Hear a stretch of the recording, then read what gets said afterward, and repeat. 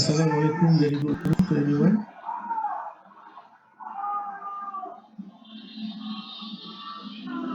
Boleh dengar?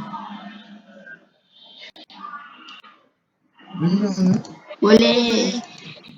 Boleh. Okay. Nak buat apa tu? Dah bangun tidur ke apa? Dah bangun lama tu. Okay.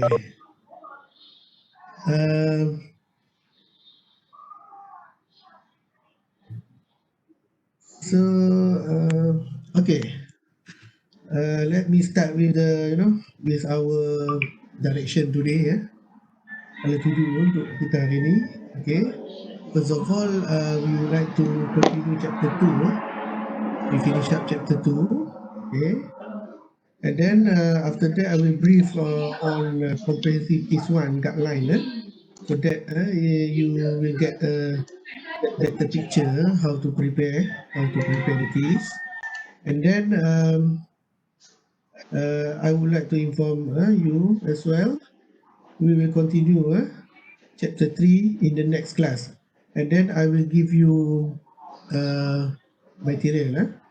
I will provide you material chapter 3 in the near future. But if you want to know about the constitutional framework, you can just search on internet. There are a lot of information regarding constitutional framework issued by SB, and some of the academics, some of the scholars discuss about the constitutional framework. Ada some issued by the ACC as well. So this material are good reading for you in order to enhance your understanding about the constitutional framework.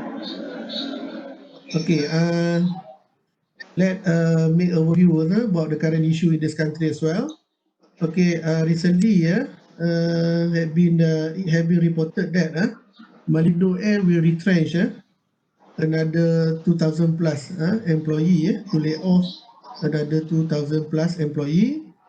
Okay, so altogether around 9,000 have been retrenched by Malindo Air. So this is not a good indication for our economy. And then we also are facing economic turmoil. We're also facing political turmoil. And now today Parliament start sitting. So we hope that all the politicians can reduce the politicking and then focus on the interest of the country and the people. Okay. And beside that, there is a viral about the Niloufar is going to marry PU Riz and then become the national issue as well. So you can find the information on social media, on YouTube, become trending, so on. I think it's ridiculous. It's not required. This is personal things. How could it become the national issue? It's not so important for me. It's not so important. I hope that you don't really care about all these things, because it's not it's something that personal. It's not really relates to our life. Okay. Tapi itu yang maybe that one is something that people want to see, want to hear. Tapi bagi saya tak penting lah. Dia less important in this sense. Okay. Tak tahulah kalau you adik-adik Nova kan. Okay. Tak apalah. Okay, sebelum ni Mira Filza. Tak habis-habis cerita Mira Filza sampai berbulan-bulan Mira Filza. Lah ni Nova pula dah. Mula-mula dia pakai apa tu, niqab tu, lepas tu nak kahwin pula. Tak ada kerja-kerja lain lah. Dia fokus on that. Orang kata trivia issue yang tak penting sebenarnya. Less important. Actually there are so many other things that we have to think about our economic situation. For example, maybe they will affect you as well, because in the near future you will join the profession, but there are limited of the opportunities. So it will create another problem as well about the social problem. Okay, how about the family, how about the people to survive. Let's say 9,000 retrenchment, 9,000 staff. Assume that each staff has three family members. the spouse and one child, for example, or two children. Could you imagine how many people will affect from this from this practice retrenchment? Okay, but I think in terms of retrenchment, accounting number also give some indication, some justification. For example, they are not doing well in terms of financial, which we can see from income statement, for example. So that kind of income statement or profit figure reported become the justification for retrenchment. The company may say that okay, we are not doing well, and then we got to we have to take this action. We don't have any choice. We got no choice and so on. Last time, we have a talk with one of the somebody in the car industry for student. He said that when the company asks you to retrench the staff and you unable to do that, for example, you don't know who are going to put in the list, the company will put you in the list if you unable to determine the staff to be retrenched. Maksudnya kalau you tak mampu nak determine siapa you nak buang, company akan masukkan nama you dalam list tu untuk dibuang. So could you imagine how stern how stern the action is. So I believe that some of you maybe face this problem, maybe okay, your family members, your father, your mother, okay, your brother, your sister may affect with this kind of practice retrenchment. Not only Malindo, AirAsia Act, AirAsia, and some other company as well. Mas also, Mas juga, Malaysia Airline System juga face this problem. I heard that they are in the process of liquidation. Jadi kita tengok dunia sekarang semakin tough. Jadi isu-isu yang tak berapa penting tu kita have to put aside. Okay, it doesn't mean that we cannot follow at all, but not to become the major things that our focus kan. Macam kita lah, kita tengok WhatsApp, kita suka benda-benda yang rumors dan sebagainya. Okay, itulah sedikit letiran saya pada pagi ni Lagi dia kata macam mak aku lah dia ni. Nagging. Orang panggil Mak Saleh panggil nagging kot. Letih dia kerja je. Tak ada apalah saja bagi you terbeliak lagi biji mata pagi-pagi ni takut you mengantuk dan sebagainya. Okay, so I will turn off the video and then we continue chapter 2.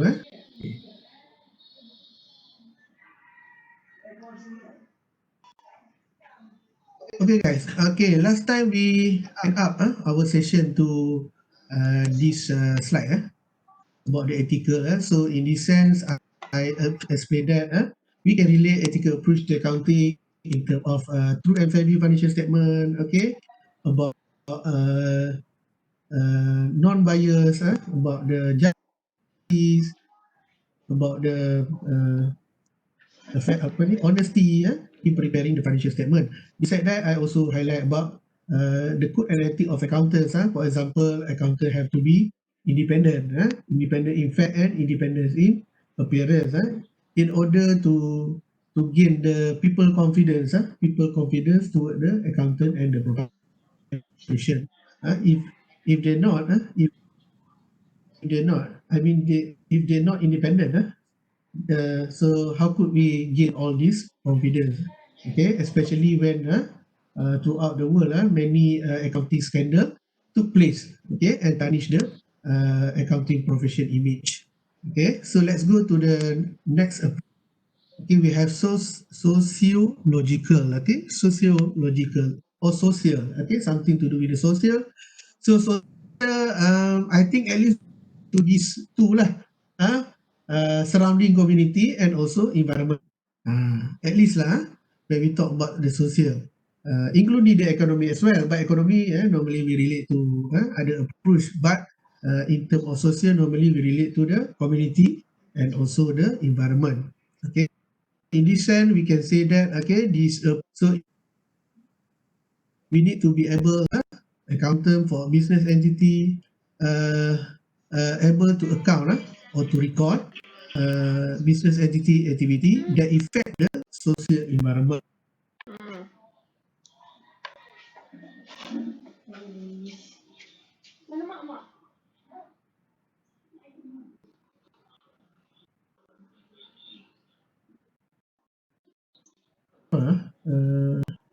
Bursa Malaysia lah, no?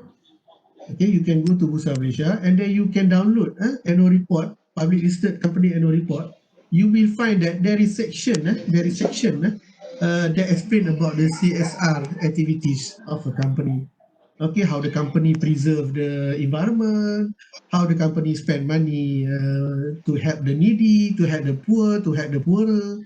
Okay, how the company provide a scholarship to the people, how the company provide a good environment to the community, help the community. Okay, involved in families gathering and so on. That kind of activity also relate to the accounting from the sociological perspective. So at least you can relate to two, as I mentioned before, and then you relate to the community and you relate to the environment. Okay, of course, if you want to be a good company, a good citizen, we call it good citizen, seorang warga negara yang baik, bukan setakat orang saja, tapi company juga we only relate. We must good in term of economy, social and environment. Social mean community lah dengan masyarakat setempat. If not, you can see what happened in what happened in Klang Valley about the water disruption due to pollution to to some major sources of water. Ada someone put chemical there ataupun lay off chemical in the rivers jadi we want to avoid that. So as accountant, okay, you must able to advise the management in this sense. Please avoid all these things because we want to protect the community and also the environment.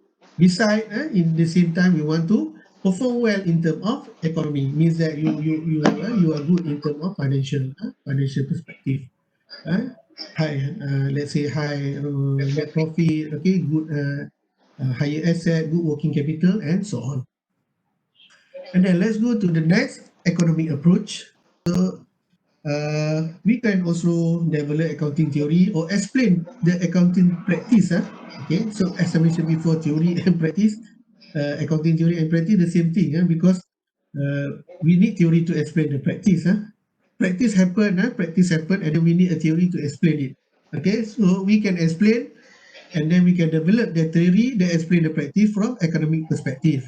Okay, so economic based on economy, economic situation, economic welfare, economic condition, economic turmoil, based on the inflation, deflation, okay, and many others lah. As you know that economy is fragile, it's fragile to event. Is mostly affected by what is going on out there. Okay, what happened in this country, what happened to outside. Okay, what happened in US also affect the economy. And nowadays we are facing COVID-19. Of course, from that perspective, it also affect the accounting. Okay, for example here, one of the good example is the shift. Ataupun you change your company change from FIFO to LIFO inventory evaluation system during inflation rate ataupun during higher inflation period. So I don't want to explain to you think about that. How this relate to how you relate this inflation with the FIFO to the LIFO. First in first out inventory and last in first out. But from the income tax point of view, if I'm not mistaken, please correct me if I'm wrong. If I'm not mistaken, from income tax point of view, you only allow to use the FIFO lah. Let's say you use a LIFO or weighted average for your company, you need to adjust. You need to adjust back. Kalau I'm not sure in Malaysia, but in most of the country they not allow because they akan open to some to some creative accounting here. Okay, but I don't want to explain. Maybe one day I will ask you. Okay, like I just mentioned you about the three element of theory. Okay, how you relate with the accounting theory kan? This one maybe you need to find out. Ada kalau you search on internet ada. Later on nanti mungkin kita boleh bincang. Kalau saya nak cerita ni panjang lah ni.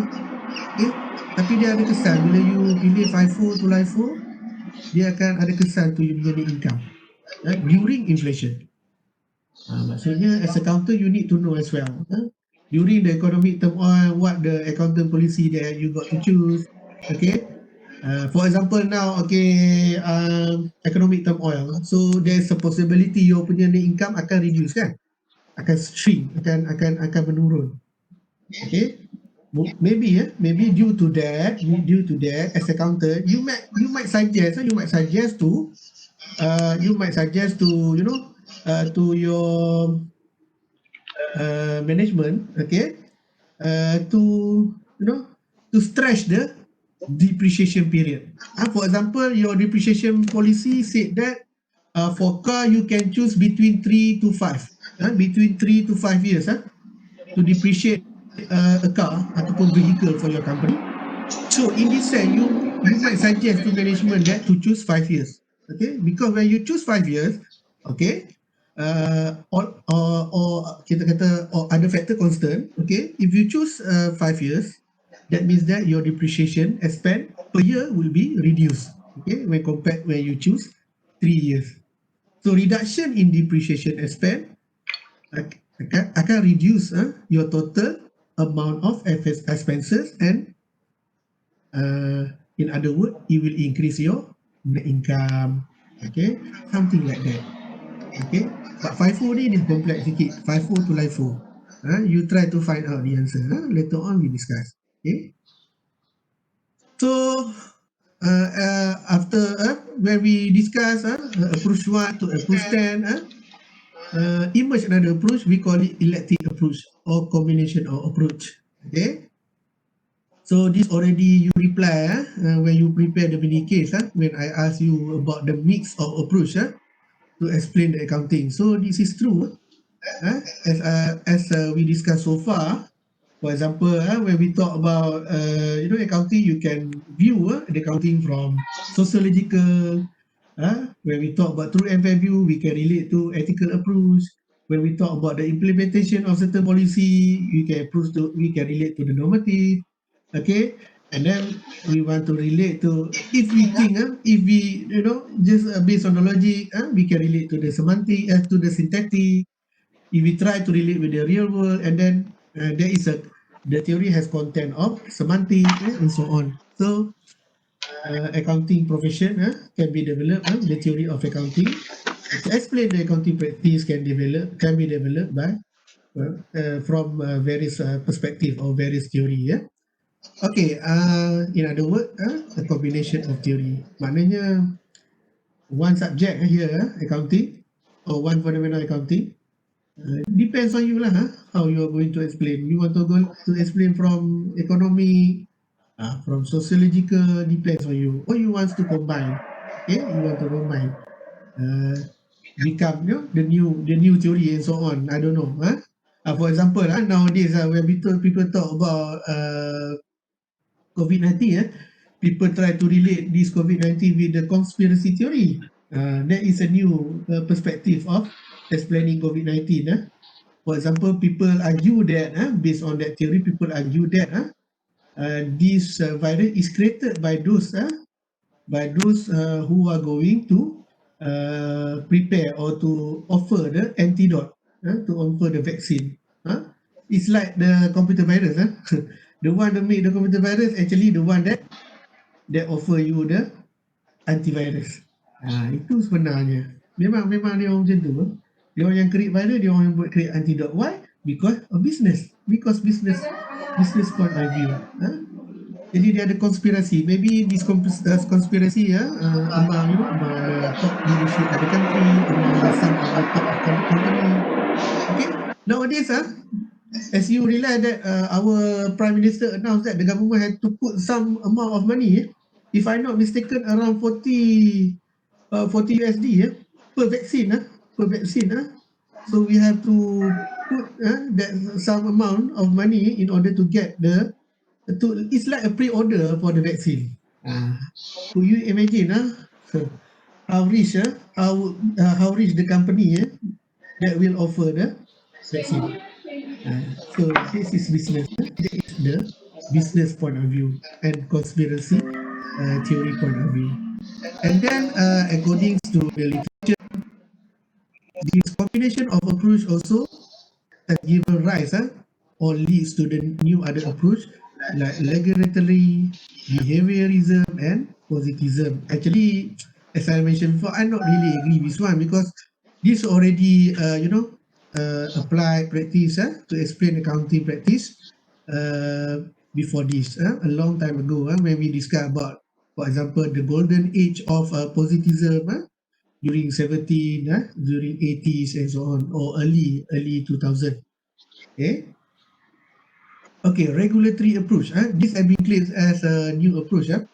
So when you read this, you will realize that this regulatory approach has some similarity with authoritarian and also normative approach. About we provide the practical solution, we provide guidance, we issue regulation, and normally used by the regulator lah.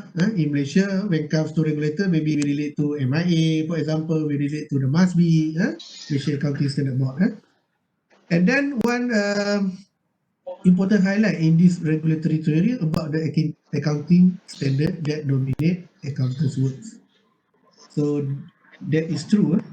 If you realize, you go to MASB website, you will realize there are so many accounting standard that accountant have to follow in order to prepare the financial statement.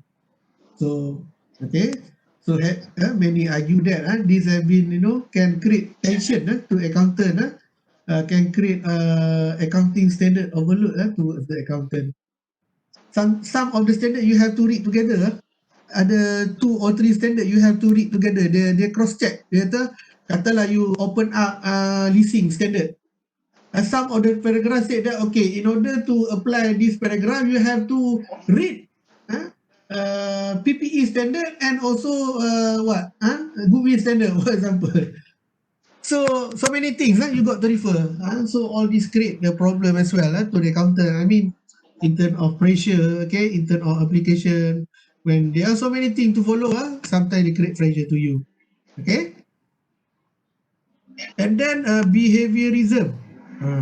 Behaviorism is that you study behavior or you explain people in accounting profession. To be simple, you explain people behavior in accounting profession. For example, you want to explain about the accountant behavior, about the user of information behavior, about the government people behavior, about the taxpayer behavior.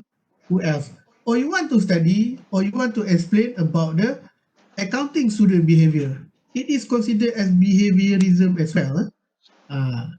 Maksudnya whoever yang ada dalam accounting profession ni, you can explain through behaviorism. As you can see that, I provide you some example. For example, you want to study factor that influence auditor judgment. For example, you want to explain, you want to create a theory, factors that influence auditor judgment. You let's say you carry out study, you gather the information, you gather the evidence, you find out there are numbers of factors. For example, the age of the accountant also influence auditor judgment. The stress level of the accountant also influence auditor judgment. The year of experience in the profession also influence the judgment. The gender of the auditor as well, the gender of the auditor as well influence the auditor judgment. Kalau dia perempuan, dia lebih apa? Dia mungkin lebih strict in term of judgment. Kalau dia lelaki, mungkin dia lebih lenient. It's more lenient in term of judgment. Sebenarnya orang perempuan ni dia strict sikit. Kan kalau accountant perempuan pun saya lah ikut pengalaman saya lah when I was in Sinabi last time. So I realised that my boss kalau perempuan if they are woman accountants stricter, we call it stricter stricter, dia more stricter when compared to men accountants. Okay, memang macam tu lah, perempuan lebih cerewet sikit. Tak tahulah betul tak betul teori saya ni, whether you want to realize or not. Or you want to examine accountant stress level, ataupun you want to identify what are the factors that contribute to accountant stress level. This one is considered as behaviorism as well. Maybe you say that what to do with all this accounting? Actually it has. When you understand about the stress level, maybe you can develop, you can develop action strategies, to cope with the stress. For example, you find out one of the factors that influence the accountant stress level is family problem. Family problem with the wife, husband, with the children. Okay, so that you can inform this to MIA, and MIA we conduct, maybe we conduct some training, some course on how to handle the family problem. Don't, because this level will affect the accountant's job or accountants their work quality and so on. Okay, memanglah kalau you stress you boleh buat kerja ke, saya nak tanya you tak boleh buat kerja kan. Sekarang ni saya dengar you stress, ada satu there is one session for you, saya dengar UEM conduct one session for you, one apa workshop ke apa tak tahulah course, or talk about the student stress. Katanya you stress, ada yang menangis-nangis, tak boleh nak buat kerja. Itu masalahnya kalau stress ni. Jadi tak ada kesan ke kepada you? Mesti ada kesan. Sama juga dengan accountant.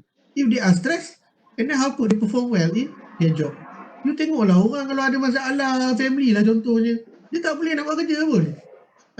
Datang kerja termenung sana, termenung sini, kerja tak buat, kerja tak datang lambat, balik awal, tak ada kat office lalu. Ini semua akan memberi kesan tu quality of accountants works ataupun the product of accountants. Kalau kita nak tengok accountants lah, if you want to look at the accounting student, then we can focus on that. How about the taxpayer pun boleh juga, the user, the investor, you can study behavior in that sense. And don't say that is nothing to do with the accounting profession. It also something to do with the accounting behaviorism. Another name for behavior is behaviorism. And then positive accounting theory. So I think I already explained to you, okay, last time. So if you realize positive accounting theory, there are three main characteristics here, or keyword you got to understand. This theory try to describe, okay, and then explain and predict about the accounting practice. So describe ni will answer the question what, where, when, and who. When you explain this one I find out from internet. I want to know what is different between descriptive and explanatory. If you realize descriptive is you merely describe what it is. Okay. For example, you see somebody that very beautiful, or you say, oh, the face is very beautiful, okay, the hair is very it's very black, it's very blonde, and so on. That one is description. You just describe. How about the explain? Maybe you explain why the face is so beautiful. Maybe this fella okay, is mixed, okay, is Pan Asia, dia ada mixed marriage, okay. The reason for such for such beautiful face because mixed marriage, okay. Kalau di Malaysia ni kita panggil Pan Asia lah kan, macam siapa kalau kat Malaysia ni yang Pan Asia artis Niloufar Pan Asia kot, dia ada Pakistan sikit kan. Zahira McWilson contohnya, tengok muka dia ada lain sikit. So artis-artis ni ada muka yang mix tu, dia memang cantik lah. Itu teori kata kan. Jadi you can explain, ataupun you katalah twin tower. You want to describe twin tower, so you say that there are two tower, similar tower, and then there is a bridge between the tower. Macam itulah, itu adalah descriptive. You just explain what, for example. But if you want to explain more, explanatory, you have to provide the reason. For example, why there is a bridge between the tower. Maybe you will say that the bridge is it's a pathway from tower A to tower B, and then this is safety features of the tower. For example, the one of the tower got problem, so we can move to another tower. We can move to another tower using that bridge, or the bridge is important for evacuation process during the emergencies. Katalah ada ada fires there, and then the bridge to become, one of the features, safety features for evacuation process. You nak selamatkan orang guna daripada tower tu, mungkin helikopter boleh pergi tepi tu ke apa ke. You boleh letak tali ke apa ke, you boleh terjun daripada situ, tak tahulah kan. Something like that. So I can say that dia bila kata sebut explain ni, dia more than descriptive. Dia more than that, because you got to provide the reason. If you rely here, dia ada, you want to answer dia how and why, how and why question. So in depth, you punya explanation tu in depth, maksudnya mendalam. Yang sini dia on surface saja, what, where, when, who. Okay, and another one is predictive. You want to predict something in future. For example, you want to predict about the infectivity rate of COVID-19. Of course, for example, government have used the current information. They put in some model, let's say mathematical model, and they make the prediction. That's why if you rely, some people argue that why the government is so early to implement MCO in Klang Valley. I think they got the figure, and the figure is not disclosed to us. They got the figure. They know that after some time, based on the current information, after some time, the situation will get it worse and worse. Okay, jadi dia akan dari masa ke semasa tu dia akan jadi lebih teruk dan lebih teruk. Tapi kita tak tahu. Kita kata, why the case, we look at the case is under control and is so low in Klang Valley. Why the government so proactive to take all the action? Kita complain, kita condemn, tapi actually they have some figures to support the action. Kita tak tahu.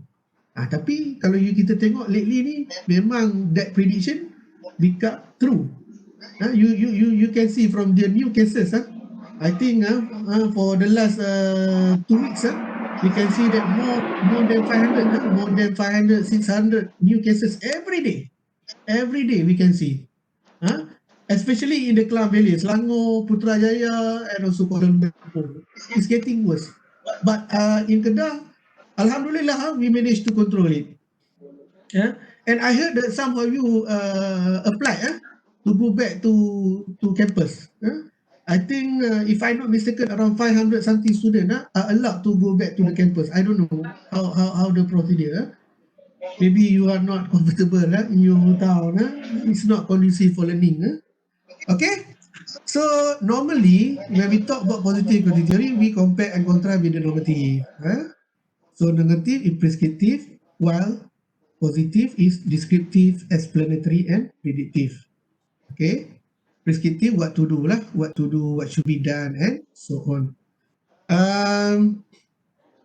I think lately, I don't think that the regulatory, for example, regulatory bodies, MIA, MSB, simply put some norm or suggest something without considering information from positivism. Of course, they have carried out studies, they have information, some evidence to justify the action, the prescription that they will take, pose to others. For example, if you can see the CC1, the Comprehensive Care Fund guideline, when the ISB open to the public, open to whoever wants to give the comment on the exposure draft. So this comment is empirical evidence, is empirical evidence, and that will be used to improve the standard when they finalize the standard final version. Now at the exposure draft stage. Okay, so we can see that there is a combination at least from positive and normative. Okay, theory, accounting, theory, verification. Ini pun top question juga ni dulu masa dalam exam ni. Example of the question, what are the methods to verify a theory? How you are going to verify an accounting theory? Something like that. Okay. So there are 3 ways. First, using normative. The second one, you based on your experience, your knowledge, and the third one based on the scientific basis. Normative ni you simply believe the theory that issued by someone. Someone tu could be your friend, could be your idol, could be your authority, could be from the person that you adore, okay, your idol lah. Katalah whatever statement made by your BF BF tu boyfriend lah kan. Whatever statement, whatever theory issued by your BF or your GF, you tend to believe. So if you have such tendency, that means that you use the dogmatic basis. For example, if the BC issue some statement representing UUM, so you tends to believe without any further investigation to know whether the theory is wrong or right. You say that, VC issue that statement, of course it's right. Takkanlah salah. Ataupun you kata apa yang saya cakap semua betul. Kadang-kadang tak betul juga sebab saya manusia biasa. Kan, tidak lari daripada membuat kesilapan. I cannot run away from mistake. Okay? So kalau you just blindly agree whatever I said, whatever theory that I issue, that means that you use this basis dogmatic. Okay? And then self-evident. Based on your knowledge and skill, boleh tambah kat sini kalau boleh tambah, based on knowledge, skill, experience and your own observation. That's why people say that experience is a good teacher. When we face so many problems, they will become your knowledge, become your experience. So when you face something, you have ability to know that thing is right or wrong. So in this sense, about the theory, about something, you can filter the information, the theory, and then you can make the judgment whether the theory is right or wrong. Okay, macam orang tua-tua kata lah, dia makan garam lebih daripada kita kan. Jadi jangan kita argue lah dengan dia orang lebih berpengalaman daripada kita, contohnya begitu. Ataupun saya kata jangan, you can't argue me because I have more experience compared to you. I know this one better than you because I already joined the profession, something like that lah. Kalau you nak argue juga, you kena argue based on your experience juga lah. Okay, and then lastly, this one is the best lah, but of course lah, due to some limitation, time limitation, resources limitation, we cannot expect everybody to test a theory scientifically. So takkanlah semua benda you nak test secara scientific kan. Setiap kali orang cakap apa, nak kena masuk. Tak apa, I have to go to my laboratory first to test your theory, or I have to conduct a research first to know whether the theory is wrong or right. Okay, it's time consuming depending on the things. Of course the best is scientific, but okay, due to some limitation in terms of resources, in terms of time, money as well, fund, okay, we also use dogmatic and self-evident. But all together, okay, we have three method, three bases, three criteria in order to verify a theory. In other words, how to know the theory is wrong or right, we can use these three methods. Okay, unit and importance of accounting theory. This one, I think, as I mentioned before, you can relate to three aspects when we discuss the history, about the policy, about the practice, and about the education. For example, theory is important to guide the development of new practice and procedure. This one I think related to policy development, right? And then, for example, provide general frame of reference by which accounting practice can be evaluated. So this one, maybe you can relate to the practice, the importance of theory to the practice. Or you say that theory is important to get the feedback from the accounting practitioner in order to improve the accounting standard. So I can accept the answer as long as it makes sense, and then we accept. Okay, don't memorize this one. Just based on the logic or something that makes sense. Okay. In the case of closed book lah, macam closed book exam, kalau kita tanya soalan macam ni, I expect you to answer whatever perspective as long as makes sense. Kalau you nak hafal, if you want to memorize this, how could you memorize? I pun tak boleh nak memorize.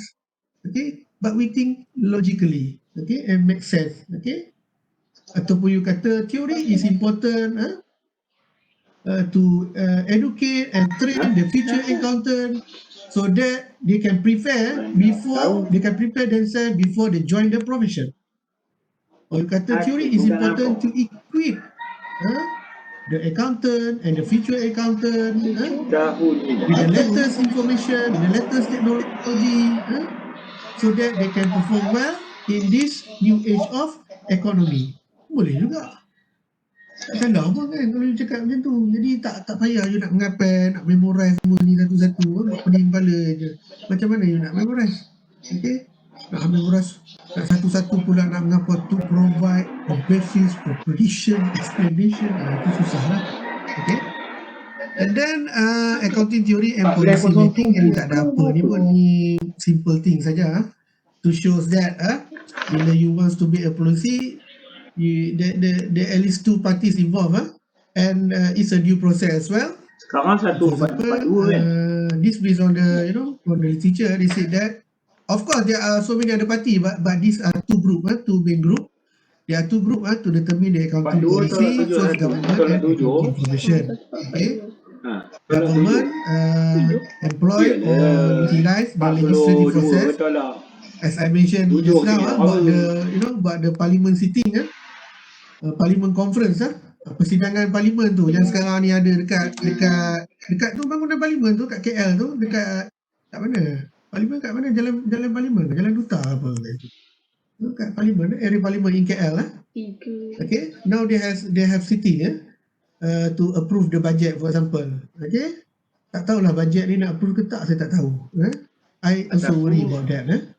Let's say the government fail to approve the budget with the simple majority of members of the parliament. So theoretically I tak tahu lah in practice kan, tapi kalau based on the theory, based on the federal constitution, the government cannot withdraw the money from the government account. No money means that no allocation to run the government, to run the government administrative. No money for assistance to the public, macam penjana ke apa semua. Tak ada duit tu. Sebab duit yang ada sekarang ni hanya setakat 31st December 2020. Jadi 2021 tak ada lagi duit yang duit tu ada tapi tidak boleh dikeluarkan untuk digunakan untuk yang salah. Kerajaan akan jadi buat salah against the law kalau tak dapat approval from the parliament. Kalau kita nak relate benda ni dengan accounting, salah satu dia Accountants Act lah. If you open the Accountants Act, there is a schedule, if I'm not mistaken, there is a schedule number 2 apa benda tu, stated that, okay, kalau you buka benda ni dulu dah dekat parlimen memang kita lalui proses ni in the Accountants Act Malaysia, stated that if you want to become the MIA member or chartered accountants, because chartered accountant in Malaysia only those that MIA member, okay, if you to become the chartered accountant, aka MIA member, and you graduate from local university, okay, you only required 3 years working experience in the related area. With the accounting related area lah, taxation, accounting information system, management accounting, financial accounting. So without any professional qualification, that is the law say. But if you realize that lately, those in the profession, the practitioner want to change this policy through the vote, through the resolution, MIA resolution. When they make the annual general meeting, they result the resolution to change it, okay? To change to only those not beside the experience, only those with the professional qualification can only register as MIA member. That means that before you can register as a MIA member, although you got the 3 years experience, you must have professional qualification like ACCA, CPA Australia, CANZ, ICAW, and so on. Jadi you one of those special. So I want to advise you. Please listen to me carefully. you will become practitioner one day. I think the act is already good. It's already good for the sake of the country, for the sake of the local graduate. So please don't change it. We are against with that resolution. Academy are against with that resolution. Tapi tak tahulah suara kita kuat ke tak kuat. Kalau MIA no, and then they will implement that. Tapi kalau you will be surprised. I tell you that those that involved in such resolution tu, those are graduated from the local university. Apa? Dia kata one of the reasons they said that local university are low in quality, so we ask them what is the evidence. It's kind of normative kan, dia nak implement tu. Tapi where is the evidence to show that local university are low in terms of quality? They cannot provide the evidence. They say you cannot communicate in English lah, you cannot communicate in client lah, you FAC lah. So how could you expect local graduate ataupun fresh graduate to be good in all aspects, especially in social, what we call it, soft skill? Why not you train your employees lah after the job probation, of course lah you got to spend some money for them and then develop the communication skill, the negotiation skill, the writing skill. Okay, we at the university have done all the best to prepare you for the profession. So it's a responsibility of other party, the practitioner, to further develop you, to become the good accountant. Don't expect you are perfect. Mana ada macam tu. Tapi tu masalahnya bila dah join profession belagak, lupa diri, kaduk naik junjung. Harap dia tak jadi macam tu. Harap. Sebab ada kat Presiden MIA ni, daripada local university, daripada UPM pun ada, daripada UPM pun ada. Jadi dia macam lupa diri bila dia orang nak buat benda ni. Kalau you talking about lack of communication skill, then why not we tackle that? Dan I pernah tanya kepada MIA, dan dia tak jawab soalan saya ni. My question is, please prove to me how could this professional qualification tackle the problem of soft skill? Bagaimana dengan mengambil professional qualification macam CPA Australia dan sebagainya boleh menyelesaikan masalah you punya communication ataupun soft skill? Tak boleh jawab tu. Saya tanya soalan tu pada, saya ingat dia tu masa tu dia somebody dia macam MIA Council. Saya pernah tanya, dia tak jawab soalan saya. Mana you kata bila ambil professional cert and then kita boleh tackle masalah communication? Macam mana you relate benda tu? How could you relate this tu? Sebenarnya kita can smell actually what they actually want to do. Actually they want to do the business. They want you to take all these papers, so you got to pay. So every year you got to pay the membership as well. For example, me, when I become a member of CPA Australia, I got to pay the membership fee around 2,000 per year. 2,000 setahun saya kena bayar. Ni bulan-bulan kena bayar lah ni, 2,000. Ni dengan ekonomi downturn ni semua kan, 2,000 banyak tu.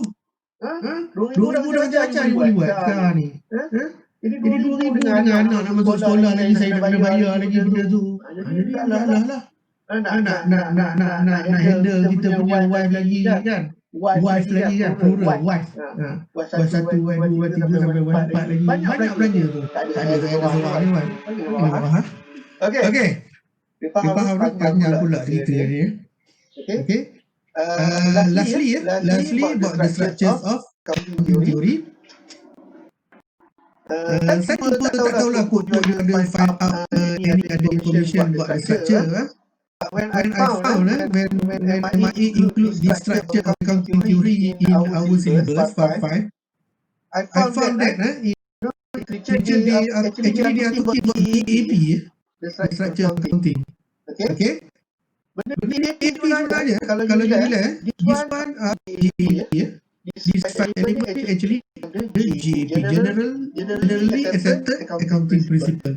Objektif dalam framework ada bincang benda ni. Apa objektif? For example, kita provide information, true and fair information, operation reporting for the user to make decision ataupun decision usefulness kan. And then about the postulate, accounting postulate, actually postulate ni kita boleh dia sebenarnya sama dengan assumption lah, andaian perekonomian. Postulate accounting postulate or accounting assumption about the entity kan. Entity ni owner dengan entity adalah dua pihak yang berasingan kan. Itu yang kita belajar kan. Tak boleh campur. Okay. Walaupun dalam konteks kita kata private entity macam enterprise tu, memanglah kalau kita tengok dari segi tax tu dia declare sekali kan pendapatan. Katanya owner tidak split from the business, tapi from accounting of view kita see these are two parties between owner and the entity itself. But the going concern, so we assume that the company will continue to operate lah. Bukan kita ada letak satu we put some some barrier ataupun some time barrier untuk kita operate. Normally tak tahu lah dalam JV adalah macam kita buat joint venture apa kan. Tapi company yang buat JV tu selalunya dia akan continue operate lah. Walaupun JV tu for temporary kan, tapi company yang buat JV tu dia ada continuing operation lah. Kalau tak ada continuity in term operation, how could you enter into agreement and so on? Macam bank kata, how could I give you a loan 5 years?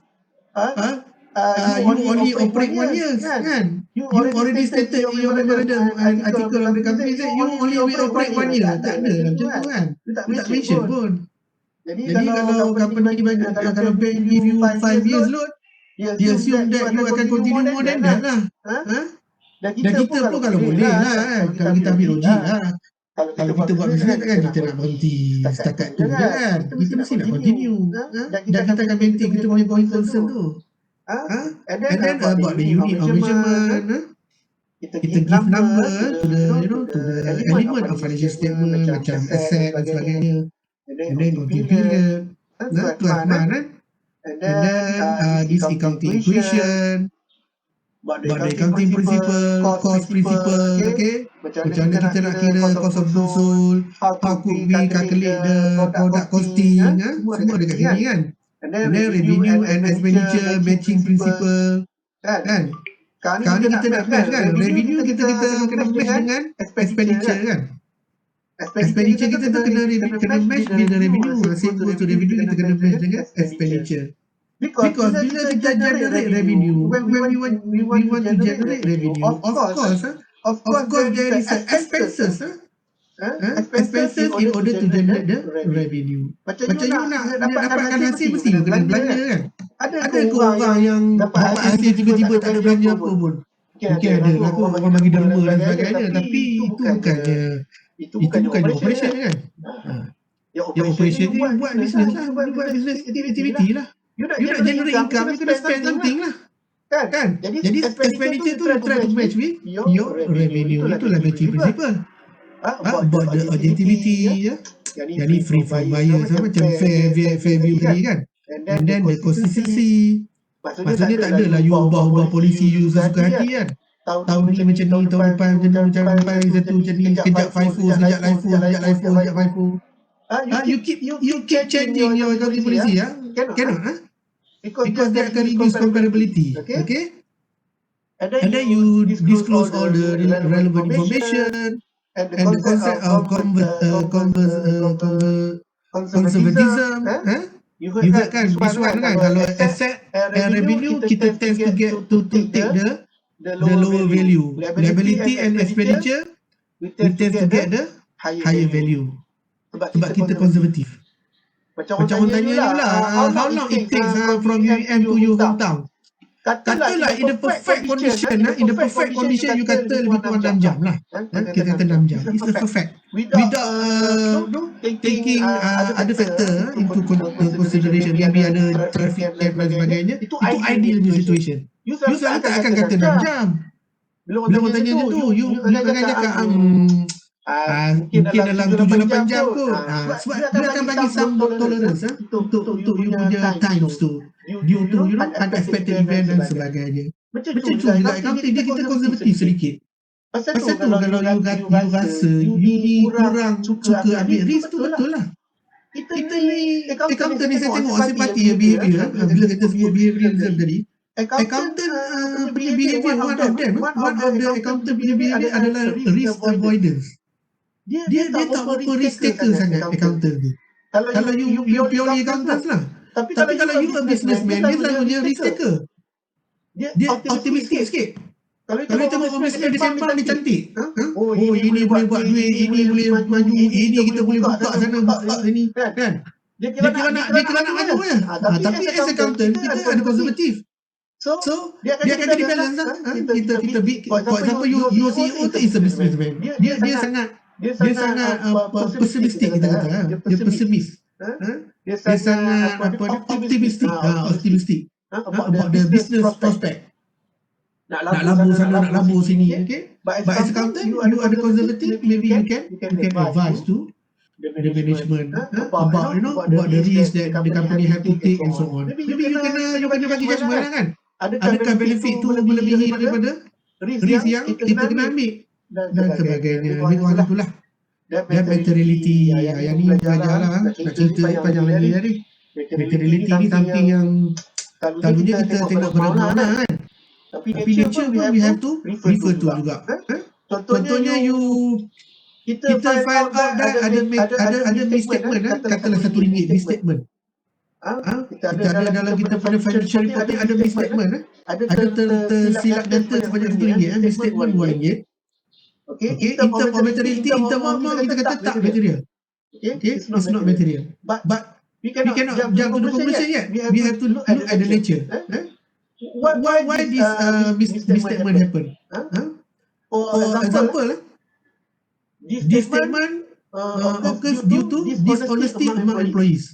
Disebabkan ketidakjujuran di kalangan pekerja. Maksudnya mungkin dia ada fraud dan sebagainya. Walaupun RM1, it is considered as material. Macam lah, saya cakap Melayu sikit. Contohnya macam katalah duit you hilang dalam poket. Hilangnya RM1 je, mungkin tak material pun sebab you orang kaya. Dari segi amount tak material berbanding dengan kekayaan you ada. Contohnya you Alif Syukri, contohnya. You tak kisah, tak hirau pun kan. Duit hilang sebab jam saja dia kata jamnya saja tu dah RM200,000. Dia punya slipper saja dah RM78,000 pergi pasar je kan. Punya bongkak je tu. Itu salah satu penyakit hati tu. Hati-hati sikit kalau you kita ambil sebagai pedoman. Tak apalah. Okay. Contohnya duit you hilang RM1. Okay. Hilang tu the amount is not material. Tapi bila you find out hilang tu kerana anak you curi duit tu, anak you curi duit you dalam poket RM1, maknanya benda ni material. Sebab kehilangan tu disebabkan oleh kecurian. Kecurian adalah satu benda yang dan kalau you tak tackle this problem earlier, it will be worse in future. Macam orang katalah, mula-mula cakap bohong, lama-lama jadi pencuri lah. Kan? Anak you kalau ambil RM1, mula dia ambil RM1. You kata tak material, tak apa you biar. Lama-lama dia ambil RM5, masih tak material. Lama-lama habis kata you dicuri. Lama-lama dia buang you dekat orang tua. Kan dia sampai jadi macam tu kan? Jadi materiality ni pun satu benda yang penting juga in term of nature. Walaupun kita kata amount, tapi kalau auditor dia masuk tengok audit memang dia tengok amount dulu. Dia akan set materiality level. Katalah 10% from total asset ke, amount yang bawah pada tu dia tak ambil dah. Dia ambil yang atas. Tapi kalau dia find out something irregularities ataupun misstatement, dia akan check juga. Dia akan go and further check.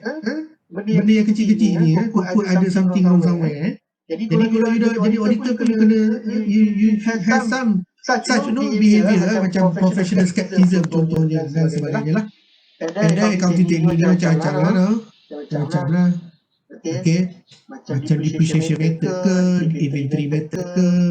Okay. And then the way the time you want to recognize your revenue bila kan. Bila yang lepas tu you punya payment term ke, all this adalah akan memberi kesan kepada you punya accounting practice. Okay, Alhamdulillah we managed to finish chapter 2 kan.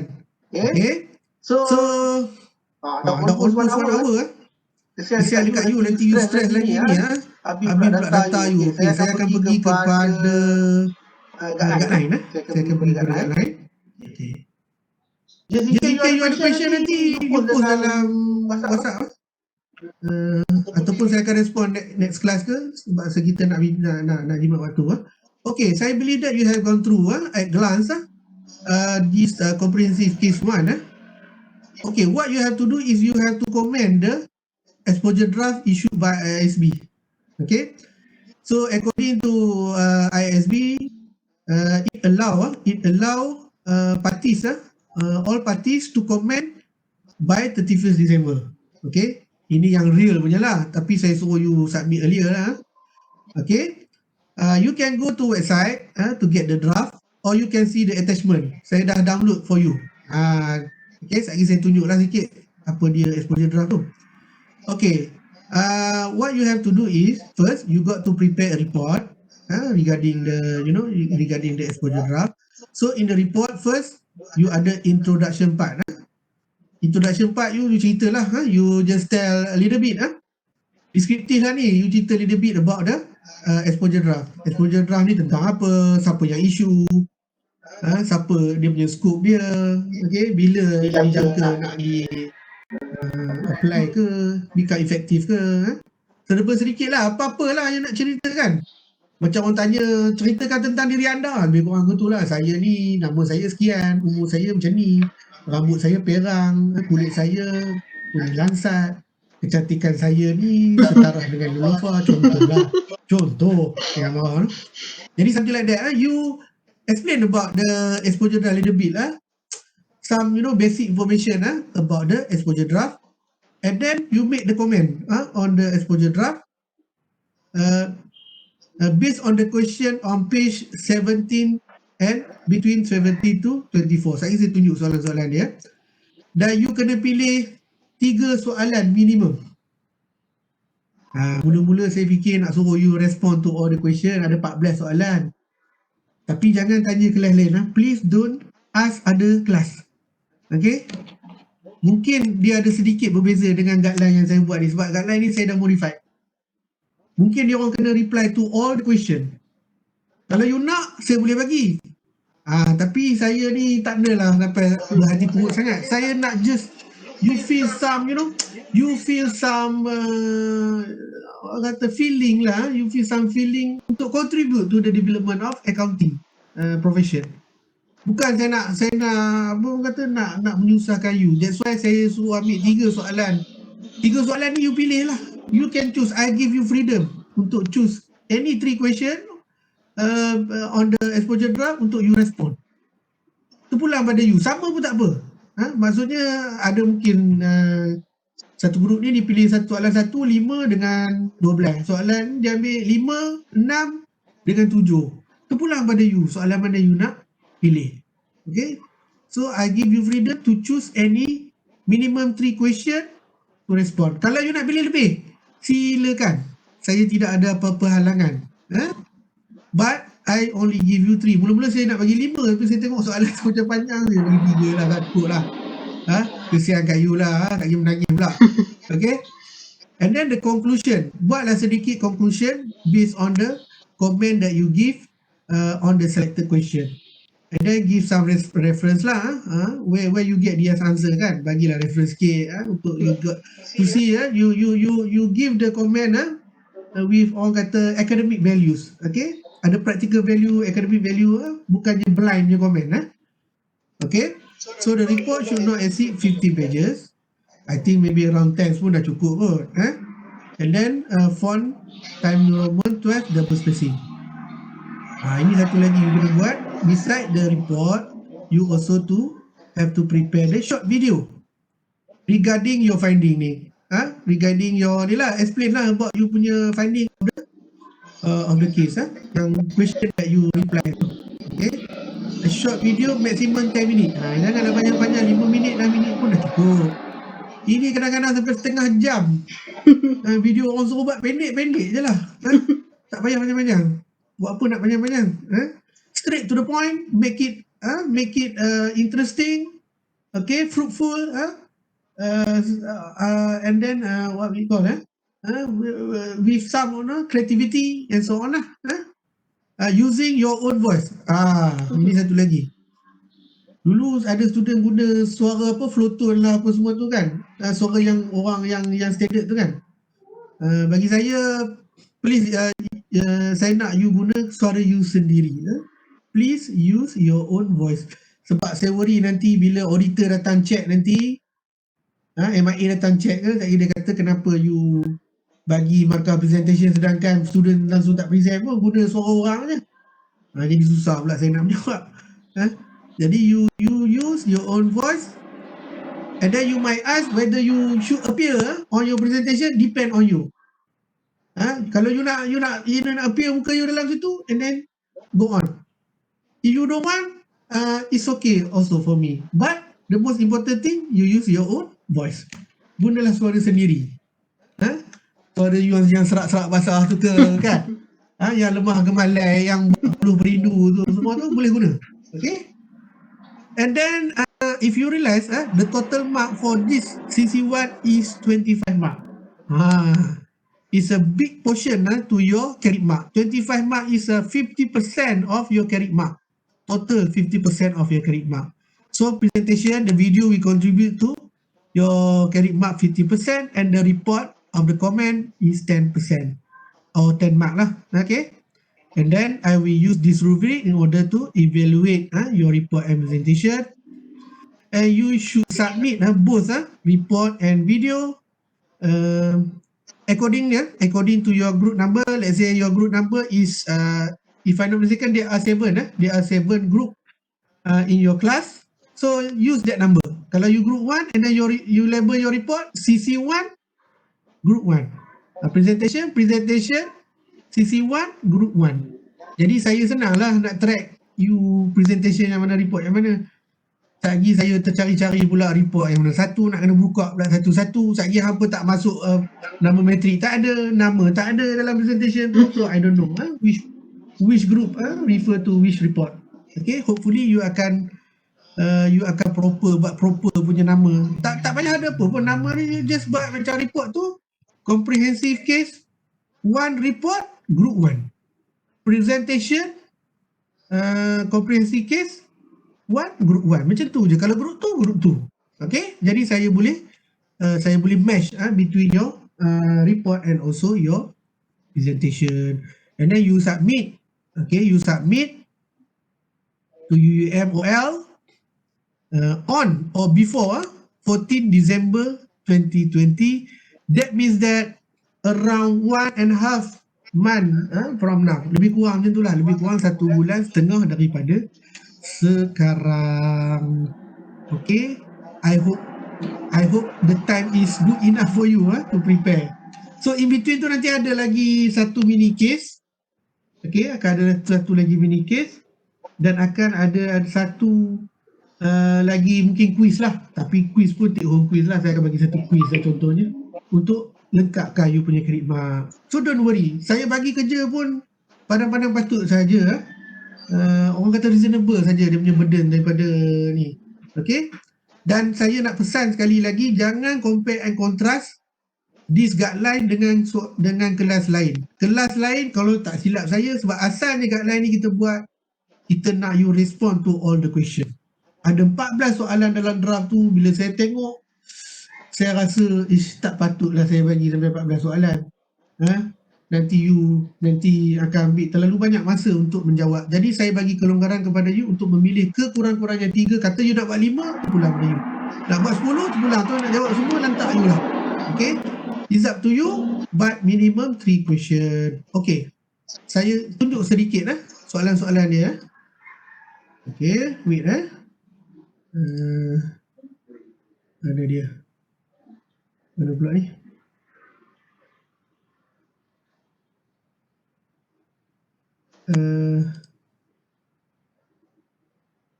Ni. Okay. Inilah yang attachment tu kan, ataupun you boleh go to the website, ISB website, to using the URL that I provide on the guideline. Okay, you go to page 17. Where is page 17? Okay, you go to page 17. Okay. This one. Yang satu. Okay, question 1, question 1, this is question 2, this is still question 2, question 3, question 4, question 5. So you choose any 3 question from here. For example, you want to choose question 3, 4, and 5. Okay, cukup. And then you respond lah. Tengok dia tanya apa kan. Contohnya mana dia tanya soalan. Contohnya. Dia bagi statement kat sini. Dia kata then to propose new disclosure, proposal add to disclosure objective, provide even understand benefit. Do you agree with the board preliminary view? Why and or why not? Jadi dia ada buat some proposal sini. Normatif lah ni. Lepas tu dia minta pandangan you sama ada you agree ke tak dengan benda ni. Tentang perkara di atas ni lah. Contohnya apa? The benefit of company management expected from acquisition when agreeing the price to acquire a business. Maksudnya apakah benefit? Maksudnya dia nak company disclose dalam case acquisition. In the case of acquisition, the company have to disclose about the benefit that the company will get from the acquisition. Okay? You setuju tak? Kalau you setuju, kenapa? Mungkin you kata, ya kami setuju tentang benefit. Jadi benda ni can gain investor confidence to the company to invest more, because when the investor know about the benefit of such acquisition, dia akan jadi nilai tambah, value added to the company. Okay? Contohnya dengan katalah company A, bila dia gabung dengan company B, dia kata antara benefit dia boleh go abroad. Dia boleh internationalize the company.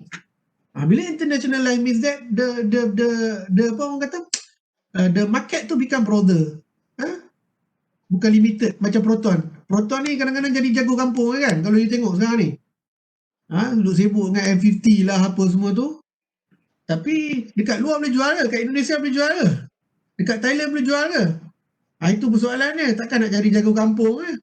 Bersaing lah di peringkat antarabangsa dengan Honda, dengan Mitsubishi, dengan Nissan, kan? Jadilah orang kata global player. Contohnya macam itulah kan. You boleh kaitkan dengan business from point of view, daripada accounting point of view dan sebagainya. Tak ada right or wrong saya rasa kat sini ya. Jadi semua sekali kalau you tengok ada 14 soalan, there are 14 question all together sampai sini. So pilihlah mana-mana 3 yang sesuai dengan you punya knowledge dan sebagainya, so that you can learn something from this comprehensive case. So that's all for me. Thank you very much. Okay, kalau you got any further question, you boleh apa ni? You boleh ni lah. You boleh. Saya tengok saat partisipan sekarang ni ada berapa partisipan? Macam mana nak tahu ni? 34. Sekejap Sekejap saya sambil-sambil tu saya nak share kita punya attendance Mana dia ni? Academy. You kumpulan apa? I kan? Okay. Sekejap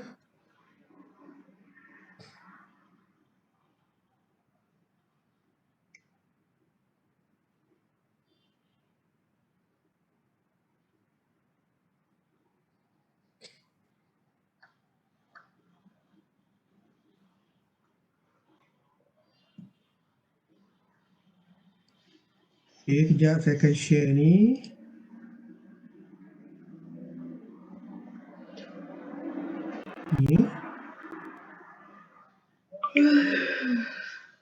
Sekejap saya tengok partisipan dulu.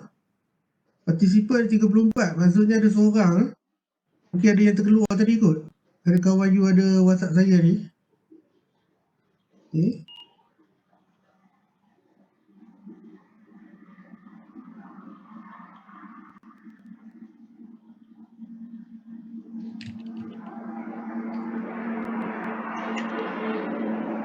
Okay, those that got problem to scan, please inform me.